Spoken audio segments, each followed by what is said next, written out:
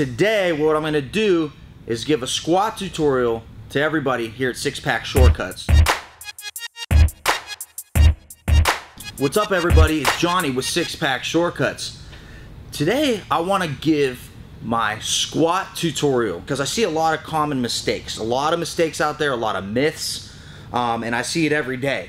So I want to hopefully educate you so you don't make those mistakes, so you can make the most out of every single squat. I'm going to go through different variations of squat, how to perform the correct squat, where you should be placing the bar, where you should place your hands, your feet. First thing I want to talk about, if you're not stretching already, do it. More importantly, when you come into squat, you want to do what's called an active warm-up. Put your body through some range of motions. Do some leg swings. Stretch out your hip flexors. Okay, side to side, front to back. These will hit your hamstrings. Because look, when you go into a squat, there's a lot of things that are going to affect whether you can comfortably lower down into a squat at the proper depth or not, or it's something that's going to give you some resistance or some problems. And the most common ones are going to be overactive abductors. They're going to be weak hip flexors or overactive glutes. So with overactive glutes, when you squat down, your butt might curl under like that. You want your butt to stay out. You don't want it to curl under like that. So if you have, same thing with if you have overactive abductors, you'll notice if you squat down, your legs might go in like that. Or if you have overactive abductors, your legs might go out like that. As you start to routinely stretch that stuff out and warm up the proper way, your squats will get a lot easier and a lot better. You'll find yourself popping out of the hole without any effort. So these are all things that you need to assess. That's why they have mirrors in the gym. Take a look at yourself, and the only way you can properly assess those if you're using a weight that you can handle. If you put too much weight on the bar, you're never going to know where your progress is. You might think you're getting stronger, but really you're only increasing your chance for injury. So next thing, let's talk about hand and bar placement. Okay, so there are some different variations on where your hand and the bar can go. So with your hands, I generally say about shoulder width or further. You don't want them too close, you don't want them out too wide. It's not as crucial, it's kind of whatever is more comfortable for you. But for bar placement, there is a big difference. So for bar placement on your back, there's what's called a high bar and what's called a low bar. So as you can see, the low bar here, it's on my lower traps. It's what's supporting it, my lower traps and my rear delts. On a high bar, it's pretty much all traps. Never should the bar be sitting on your spine. Ever, ever, ever, ever. It should always be sitting on your traps like little pillows. Okay? So the difference between a high bar and a low bar is really going to be your posterior activation.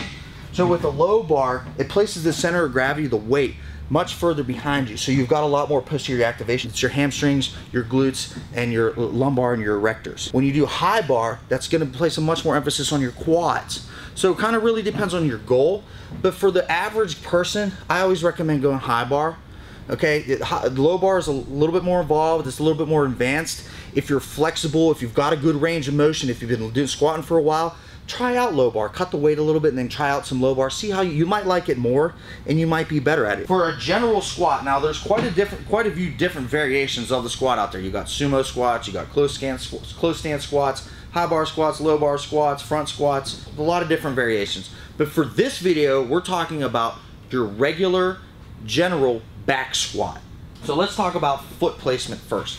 Everybody's body is going to squat differently. For some people it's going to be a lot easier than for other people. Everybody's hips are different. Everybody's hip joints are different. So that's why nobody's foot placement necessarily will be exactly the same. But for a general rule of thumb, you want to be shoulder width apart, perhaps a little bit wider. So let's think about it this way. If you were going to try and squat a car up or squat something super heavy on your back and you're getting down ready to lift it up, where would you put your feet for the most power? Would you put your feet all the way in here? Would you put your feet all the way out here? Or would you put them probably shoulder width apart where a lot of your power and your hip movement comes from? You'd put them shoulder width apart. Second thing to note is your foot placement, the direction of your feet. For a general squat, you want your toes pointing forward. I see a lot of guys coming here and doing this because they see it on social media and they see power lifters doing it. Those are for extremely advanced lifters, for power lifters. For a regular squat, you want your toes to be pointed pretty much straight forward. What happens when you go ducked out way too far is that your kneecap is not going to properly track. It means when your kneecaps, this is a sliding joint, your knee is. So when you squat down and your kneecap and your patellar pulls over your femur bone, if it's not correct, if it's ducked out too far, it could scrape on the inside. You could have bone on bone scraping, which is extremely painful and can cause you a problem for a couple months. So that's why you want your knees pointed as straight forward as possible. So we know where we want our feet, roughly shoulder width apart. We know where we want our toes pointed. 0 to 5 degrees, for the most part we want them straight forward. You can figure out pretty quickly where you can have your feet if you stand up and squeeze your butt cheeks together. Clench your butt cheeks together and your feet will pretty much should naturally duck out. So mine are about maybe 1 degree ducked out, but that's still straightforward. Now let's talk about our squat depth, because as we're going up. So no, you don't need, not everybody needs to do a squat all the way down ass to grass like this. You know, not everybody needs to do that. However, a proper range of motion is going to parallel or maybe even slightly lower on your squat.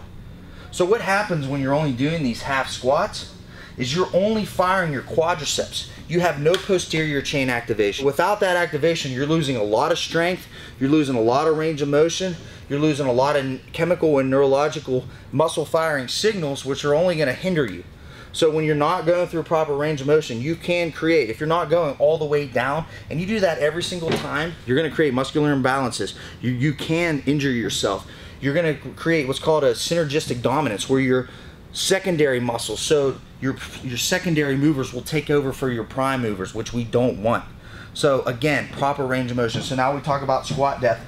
You want to go down to at parallel or below her. If you're only doing this half-ass bullshit squat, you need to lighten the weight, and you also probably need to stretch out and work on your flexibility. Let's talk about lowering into the squat, okay? A lot of people you'll see, they'll get the bar on their back, and then they'll go down, they'll be like, all right, let's do this, and they'll go, and they'll just drop down and squat. That is absolutely incorrect, and in no way, shape, or form should you be doing that. That only just exponentially increases your chance for injury, but most importantly, you're not effectively stretching the muscle, which is how it's going to grow, which is how you're going to get bigger, how you're going to get stronger. It's the stretching, the elongation, and the shortening of the muscle. You want to control the negative. Feel your body go into the squat. So the first tip I'll say is, when you go into a squat, you're not just bending your knees. That's not how you squat. You want to actually externally flex your hips, rotate your hips back. So as I go into a squat, the first thing that moves is my ass backwards. Look at that. That's how you dip down into a squat.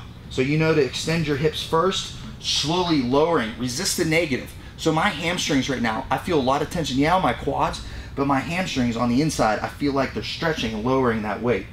So you lower the weight, get down in your squat, and for your gaze, you want to keep a neutral gaze. You don't want to look up, because that's not natural for your spine, and you don't want to look down. So keep a nice gaze forward, spot a point on the ground that you can kind of stare at and concentrate. So then, you want to keep your chest up, slowly lowering down like you're sitting in a chair. Look at my shin bones, how they did not do that. So when you go into a squat, you do not want to do that. You should be able to see your toes at all times. You externally rotate your hips, and you lower down the squat, keeping your shin bones as vertical as possible. Go till you're at parallel or lower, and explode up. And remember, one thing I can tell you is just imagine you're looking at a side profile of this bar right here. Imagine you're looking at this. You want that bar to go completely straight up and as straight down as possible. You don't want any variation, curving. You don't want any kind of going off the track. You want that bar to track as perfectly straight up and down as possible.